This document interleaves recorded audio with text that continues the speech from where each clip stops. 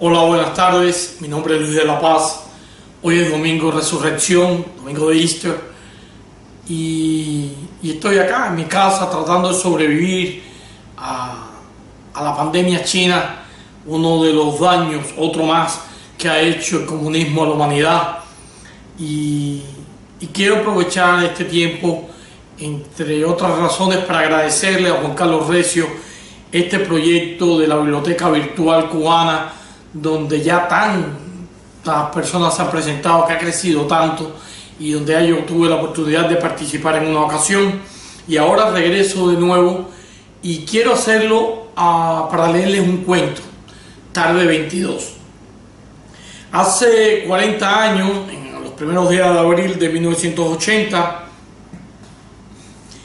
10.800 personas entraron en la Embajada del Perú en La Habana y allí estuvieron meses esperando la oportunidad de poder salir de Cuba.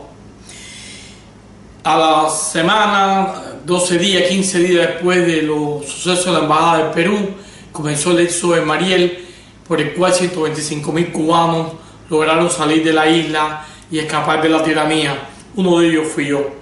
Cuando llegué a Cayo Hueso me enviaron a un campamento para refugiados en Pensilvania, donde estuve por casi 2 meses y entre otras cosas llevaba un diario, y parte de las cosas que hacía allí era también de conocer el mundo que allí me rodeaba, la gente, muchas de ellas personas que venían de las cárceles y con trastornos mentales, en fin. Este cuento que les voy a leer, que está en mi libro Tiempo Vencido, de alguna manera trata de recoger un día de la cotidianidad en aquel lugar, y de eso habla, de una nota, un diario, un día 22. Por lo tanto,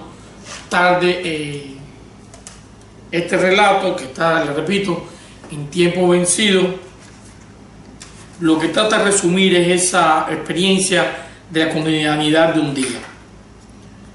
Su título, Tarde 22. Transcurrir el segundo día, el 22º día del segundo mes, igual que siempre, tedioso, amelcochado, llenándose los minutos con los limitados hábitos adquiridos forzosamente. Unos pocos hombres caminaban lento de un lado a otro en la desolada tarde. El más introvertido de todos permanecía sentado, ocupando 3 escalones a la entrada de la barraca I-154, sin camisa, pantalones cortos y chancleta de metededo. Parecía dormitar mientras custodiaba las pocas pertenencias que secaba al sol. Los codos apoyados sobre los muslos, la cabeza descansando sobre las 2 manos que anudadas servían de viga para recostarse. El cuerpo, por momentos, perdía el balance.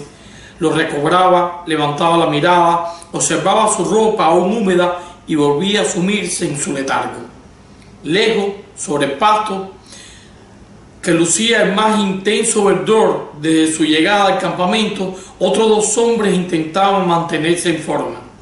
Se les veía por horas ejercitando sus cuerpos, flexionando la cintura, torciendo los brazos, haciendo giros con los hombros, primero hacia adelante, luego atrás, doblegando las caderas, tomando posturas cercanas a yoga, sudando copiosamente, jadeando. Darío estaba acostado boca abajo en su nueva litera, la de arriba. Le gustaba sentirse aislado. Eso le proporcionaba cierta seguridad y visión general de todo el salón. Además, por estar junto a una ventana, alcanzaba cierto control del área exterior. Ya llevaba 2 semanas compartiendo ese nuevo lugar. Desde que cerraron la I-160, trasladaron una parte de los refugiados a la I-154 y la otra a la I-147. Por momentos miraba a Efraín, que parecía dormir en la siguiente cama a su lado, en la parte inferior. Los ojos se le abrían y cerraban de repente. La boca dibujaba extrañas muecas. Luego se relajaba, permanecía quieto un rato, hasta el próximo sobresalto que comenzaba con espasmos abdominales.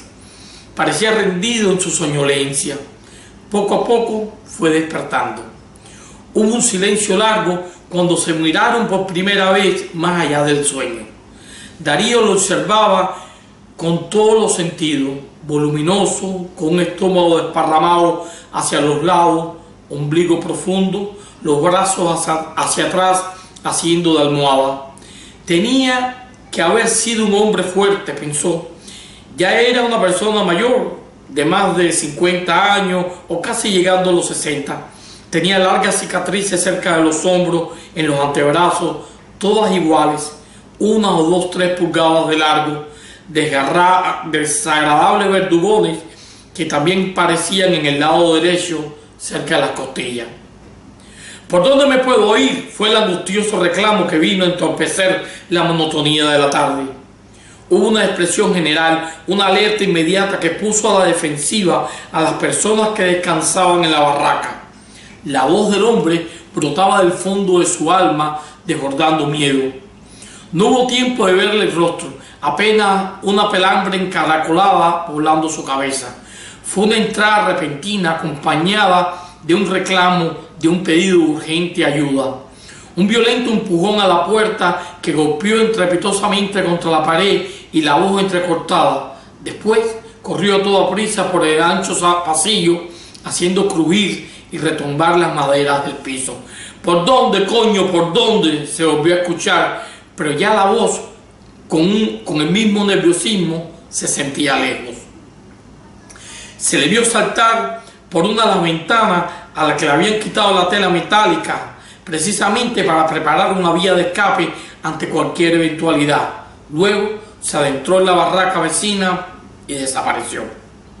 Los hombres, atentos y cautelosos, sin moverse de sus camastros, esperaban que de un momento a otro apareciera por el mismo lugar el perseguidor, que de hecho hizo su entrada jadeando, sosteniendo con firmeza un cuchillo de carnicero en la mano derecha.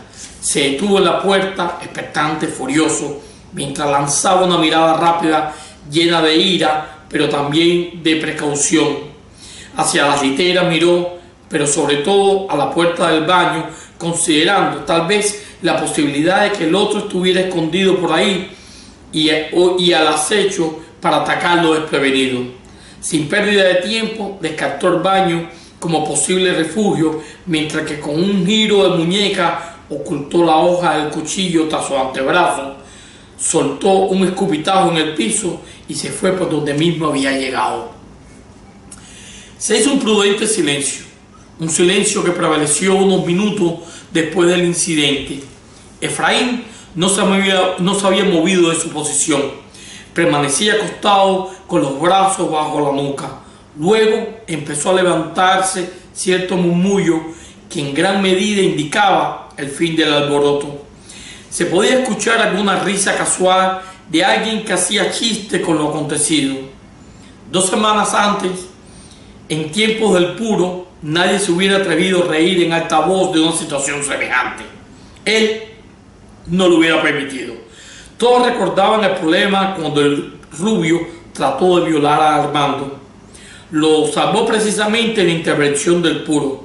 Se acabó, fue lo único que dijo desde su cama, sin levantar mucho la voz, pero con una carga que de inmediato persuadió al rubio, que regresó silenciosamente a su lugar y no volvió a molestar al muchacho.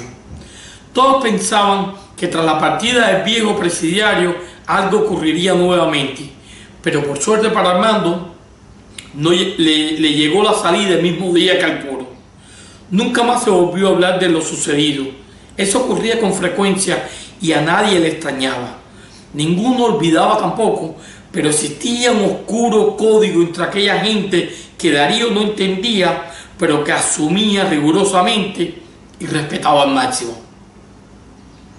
Pasara lo que pasara, entre esos dos hombres que acababa de escenificar un momento tenso, dejando en el aire una atmósfera de lógica preocupación o cuando menos de vigilancia por las próximas horas, lo peor ya había acontecido. Acuchillar a alguien en el interior de una barraca era lo más inquietante que pudiera suceder por las subsiguientes pesquisas, investigaciones y fichados de los que estaban presentes. Además, podía demorar la salida del campamento. También se quería evitar tumulto, pues cualquier chispa, por insignificante que fuera, podía desatar un nuevo disturbio como el que hubo en el primer mes, con motines y quemas de sábanas y almohadas. No había sido premeditado, sino una respuesta a la frustración y a la falta de información, aunque también hubo rivalidades por hacerse del control de la botella de whisky y la marihuana que traían los guardias al campamento.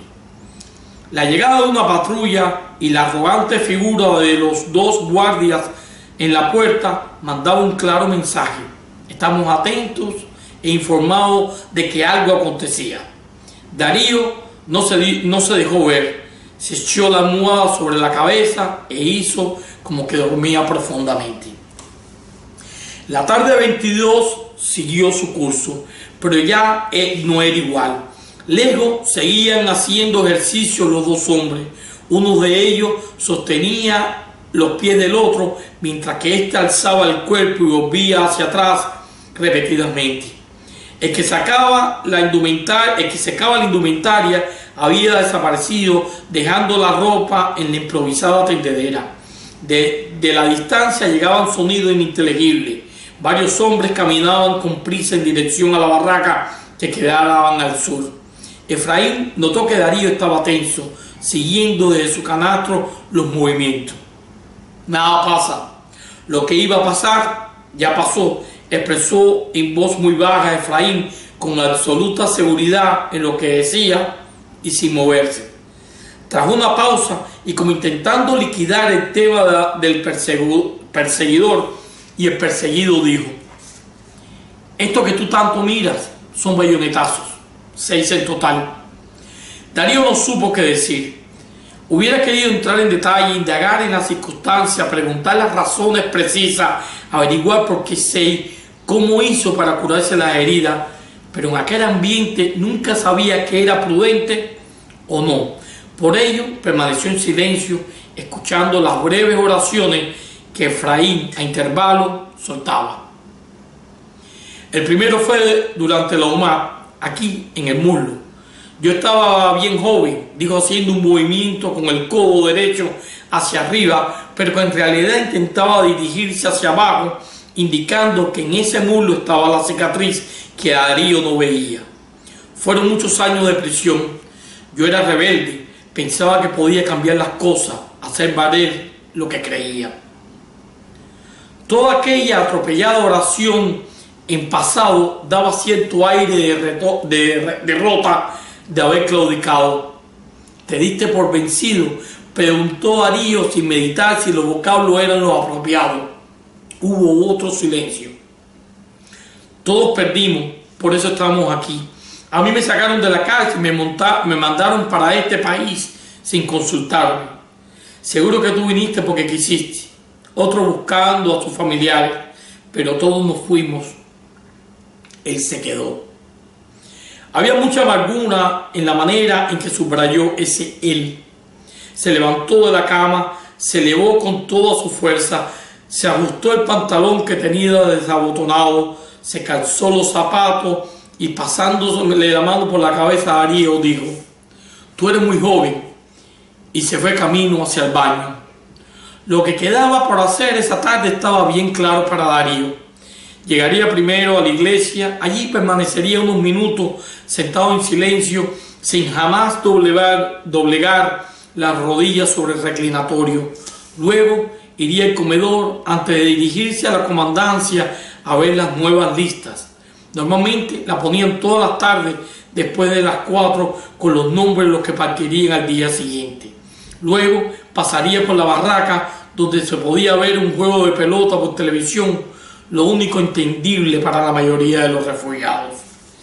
Ya de noche, después de comprobar que tampoco partiría el día siguiente, regresó a su cama. Efraín no había regresado aún. Él acostumbraba a salir por las noches, le gustaba visitar la barraca de los travestis, donde siempre había espectáculo. Alguno que otra vez regresaba con algún trago encima. Ya Darío se había aburrido de las mismas diversiones locas envueltas en sofisticados ropajes hechos con las sábanas, cantando como Ania Linares, Marta Estrada, Beatriz Márquez o Mirta Medina. Al principio era simpático, pero la repetición aburría, como pensaba deberían estar aburridos los dos hombres que continuaban a la luz de un farol en sus rutinas para mantener sus cuerpos en forma. Darío sacó del cartucho donde guardaba sus guantes, sus apuntes, las hojas pequeñas con el membrete de la Cruz Roja y escribió: transcurrido el 22º día del segundo mes, igual que siempre, tedioso, amelcochado, llenándose los minutos con... Muchas gracias. Gracias, Recio, por permitirme llegar a Sentados en el Aire. Gracias a ustedes por escucharme.